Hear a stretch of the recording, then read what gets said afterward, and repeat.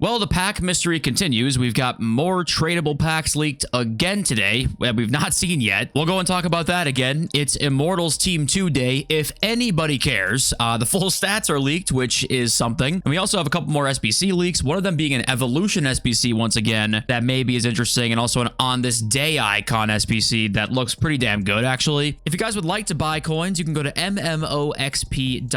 There will be a link in the description down below. They are the cheapest and the safest option. You could use my code JFC at checkout for an 8% discount. So we'll talk about all the news, of course, in this video. I also want to say, if you leave a comment on this video, I'm going to read it on my second channel. I try and do a video like once or twice a month of like 40 minutes of reading everyone's comments. So anything you ask, it will be answered. Now, thank you for being here, of course, and let's begin with this Immortals Evolution, right? We've talked about this the last couple of days here, but it's not that great, at least to the level that people thought it might be. But there was this news today that we did get that is at least promising a little bit. And I say promising because it's not, I'd say it's 95% this will be the case, but there is like a slight bit of doubt. And I'll talk about that in just one sec here. But FUT Agent dropped this, and that's the Become Immortal Final EVO is going to be paid FIFA points / coins. We knew that already, but also he says SBC. So it looks like we might be able to actually do it with coins or with fodder, which I'm always down for. I like that idea a lot. Now, obviously, I would tend to believe the leaks because most of the time they're correct. The majority of the time, the vast majority of the time, they're correct. But in the EA article here, they don't mention anything about an SBC coming along with the evolution. They just say a final EVO will launch on April 11th. And then that gives you the third playstyle plus 94 overall. That's all it says here. So maybe you would guess that they would tell us that if it was going to be an SBC as well, or maybe not. I don't know. But the leak does suggest that we can do it with coins or FC points. And then also like the 2 Eris Miadolo EVO, there's an SBC as well that I'm assuming you can't do 2 Immortals EVOs with, but you can choose to do either the evolution or the SBC. So that's kind of a nice little bonus there if they do drop that. And we'll see obviously what that EVO looks like today, but comparing the Become Immortal EVO to the other ones we've got that are promo specific, you know, how does it compare, right? My guess would be it's not going to be as good as maybe some of the other ones we saw, but we'll have to wait and see. Now, there was this once again, title of the video, the tradable packs continue to be added into the code, and I don't understand why. We have, I think, 15 of these at least now, and they range anywhere from like an 82x3 to an 89x7 now, and also the other one that was huge was a 90x4 as well, so an 89x7 tradable, 90x4 tradable. It says tradable in the title itself, which is another indication of maybe something here we'll talk about. And also they're adding them at different times as well. They didn't add them all at one time. They're adding them like days and days apart, which just adds to the mystery. It's like, what are they up to? You know, what are they cooking over there? But the reason I think it's interesting that it says tradable in the title is because is it a case where they drop in a place you wouldn't expect them to be tradable, so they have to say tradable when you're like previewing a reward for something or something along those lines? Because oftentimes tradable store packs won't say tradable in them. They do sometimes, but most of the time you can see by the symbol if it's tradable or untradable. And usually it'll say untradable in the description if it's untradable, and it just won't say anything if it's tradable. So that's why it's also adds to the mystery for me. I don't know what these could be, okay? It could be literally nothing. This could genuinely just be store packs they drop all at once come team of the season, right? But I don't want to get my hopes up because I do think it's still like less likely that it's something cool, but the signs, if it were to be something cool, it would look like this. So I don't know. You guys let me know what you guys think of it. Could it be an exchange thing? I was thinking that earlier, but there's so many of them now that there wouldn't be 15 different exchange packs. I mean, I don't know what these could be. My guess would be some type of rewards, like either weekend league, rivals, champs, squad battles, champs qualifiers as well. Could somehow see boosts on stuff. I don't know, but it's definitely noteworthy and just interesting to think about, at least in my opinion. But what do you guys think again? And we got Baresi On This Day Icon official card right here, and this card actually looks pretty damn good. Now, Aerial Plus isn't anything too crazy in this game. People don't really go for, you know, headers anymore. There's not as many tall strikers as there used to be. You know, Holland and Kane and shit. Aerial Plus players dominating in the striker spot. Not as much that this year. But block and anticipate, great play styles, and the stats all around. I mean, 97 defending. Hard to beat that. And we still don't have the stats on Maldini and Zico. And that's not all either, because Luis Hernandez has also been leaked as an SBC. So my guess is once a day, right? We're up to 6 icon SBCs and a flashback. Yeah, once a day or something. We don't have stats anywhere on Luis Hernandez yet, but funnily enough, I think some of these cards that we're going to see, say the prime version of Luis Hernandez, right, as an SBC, we're more likely to have an insane Luis Hernandez than like an insane Zico. At least that's what I would expect, just because of how the promo works. I mean, we'll see if that happens, but there is a second flashback SBC leak besides the Royce we saw yesterday, and that is Marcos Alonso. So Alonso as well is going to be in, I'm assuming, this next promo. And he, I mean, if you guys have been around for a while, he was a demon in FIFA. He was always really, really good. I think like 19, 20, 21 times was maybe more like 18, 19, 20 times. He was really, really good in game, and he's a taller left back, which also fits the meta. Stats or prediction on him, but that's another cool SBC on the way. And the replies were like drink, drive, play style, flashback to when he... a woman, yeah. Look into that story if you never heard about that one. And yeah, in summary, over the last couple of videos, Eusebio, Maldini, that's now Baresi, we know, Sawa, Zico, Royce, Marcos Alonso, and now Luis Hernandez. So a big week of SBCs, and if I had to guess, the cards themselves will be better than week 2's cards. Because we saw Eusebio's, it was pretty good, but not crazy.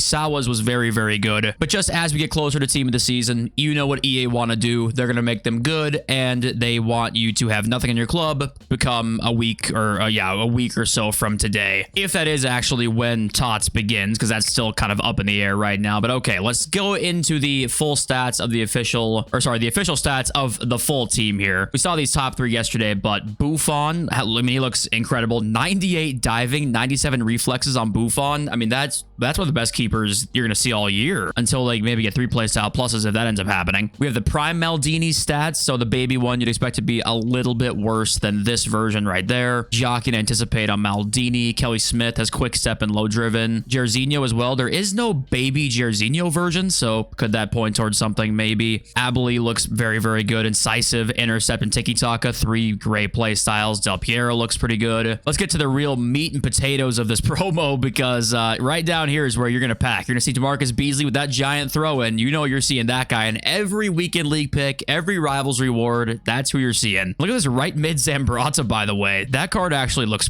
cracked. That's going to be a crazy Evo fodder card as well. And I do see Luis Hernandez's stats right here. I don't know if that's the baby version or if that's the main version. There is 3 playstyle pluses on him, but if that's the SBC, then it's not going to be very hyped up. First touch, chip shot, and rapid, and then the stats are good, but the playstyles definitely let that card down a bit. But Mateus, Zambrata, and Rooney for evolutions are going to be actually pretty crazy. Yeah, that's going to be one of the best parts of this promo, probably, is future card use in evolutions, which isn't a great sign. And still, we are at a ridiculous point right now that exchanges are still the talk of the town almost every day. Like every day, one of these big Twitter accounts tweets out something about exchanges, and every single time, hella interactions, hella views, a little bit of an Elon check for these guys. So I get why you do it. It was one of the most popular things in the game last year, but you know, this tweet specifically, what do you think about this? You can happily take dupe storage away if it means getting these SBCs back. I think we all agree. I don't know who we is, because I don't personally think we should take away SBC storage to bring these back. I think SBC storage, yes, like just ignoring the way EA have changed SBCs since SBC storage has come back, right? Because there is an argument to be made that with the SBC storage changes, maybe it's not as good as we had hoped, but I can't imagine going back off of SBC storage now that we have it. I mean, I can't imagine, like, almost everybody watching this channel, I'm assuming, plays the game quite a bit. We have full exchanges permanently. Can you imagine just what would you do with those 100 dupes? You know how much more time you would spend with, you know, 484s in your unassigned, and you can't do anything with them? There is no SBC storage. Like, we definitely, I think, sometimes forget just how much time it took and how much stuff we discarded when there was no SBC storage for the last 10 years prior to this year. But I do think for sure exchanges should return in some way. I totally think so. I just don't think we should see SBC storage taken away for duplicate exchanges. I think that would be not a great idea. But of course, that's my opinion. Let me know what you guys think about that. And all right, next up here, we got some evolution leaks, and Bukayo Saka apparently fits in another evolution. Yapper went and replied to some people who asked him if their evolutions fit. If you want to go look through his Twitter, you can. But there was some conflicting stuff, because there was this leak right here that Saka fits. Then FUT Agent had this one, and that was more attacking EVO soon, 90 overall. So that makes sense with the Saka leak. And by the way, FUT Agent and FUT Police leaks went back and forth today on Twitter.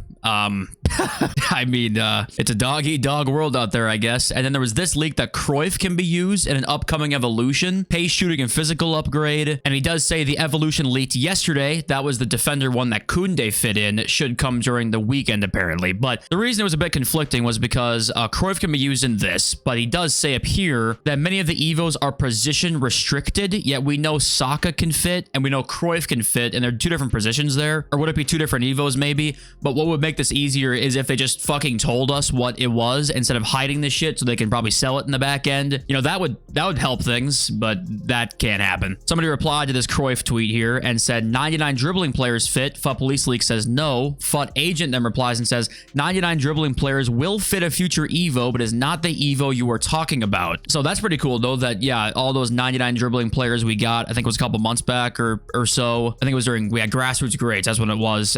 They'll fit into an EVO soon, which once again shows that people must know requirements. I mean, he must know, like, how many EVOs does he know about right now? FUT Police Leaks is talking about the two that we know about, and now FUT Agent's referring to a third evolution that we don't know about. I mean, how much do these guys know ahead of time? I mean, it's ridiculous. And I just wanted to comment on this Reddit post quick because I was looking at the Reddit earlier today and I saw this. It's so sad to find the truth when you try every single tactic and player role and then you finally accept that the problem is you. And I wanted to comment on this because I think that, you know, I like to talk about the channel. If you've been here for a while, I used to say this every day, it felt like, but two things can be true at once, right? One thing is that your tactics and player roles are not utilizing your full potential in terms of how good you are at the game, because that for sure can be the case. And then also you might be losing the same 5 games every week in League because you're just not getting that much better at the game. You're making the same mistakes you were, you know, for the last few months or whatever. And the tactics and roles probably aren't doing too much to prevent those mistakes. And really the easiest way to figure out what the difference is, if it's like the tactics or roles, or if it is me, easiest way if you genuinely care about getting better at the game is going back and watching your gameplay. And I don't mean like play a game and watch every single one of them back. I mean watch one game back like every week in League. Like watch one back and see what you did. Watch one game where you won and watch one game where you lost. And that will immediately tell you, I mean, you'll see how many mistakes you make. It's pretty shocking how many mistakes and like open players that you will see on the field when you look back and see, oh, I could have done that. Oh, I could have done that. And that would have definitely been better than the decision I made. So that's always one way to like, that's the best way to tell. And then also just getting reps in. The more you use a tactic, the more you're going to see probably what you don't like about it. And if a tactics and players remain constant and it doesn't really matter what you run and you get the same-ish results, then it's probably a you thing, which isn't necessarily a bad thing either, because then you